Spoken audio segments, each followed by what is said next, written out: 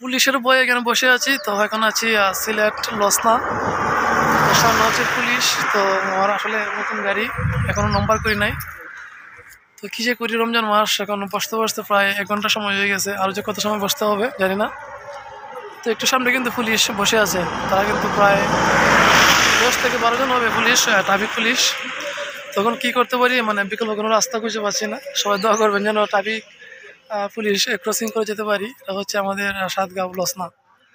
তো এখানে সবসময় পুলিশ থাকে, বাট আজকে যে পুলিশ থাকবে আমি জানি না। তো এখন প্রায় 2টা বাজে 3।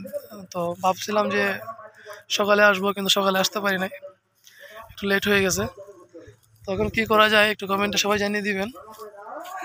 নতুন সাইকেল আইলে কিনছি ভাই, যদি পুলিশে ধরে তাহলে 20,000 টাকা জরিমানা, ঠিক আছে? তো যাতে যেন পুলিশকে হাত থেকে হেফাজতে যেতে পারি অভিগঞ্জে। সবাই দোয়া করবেন। সব ভালো থাকেন। আল্লাহ হাফেজ।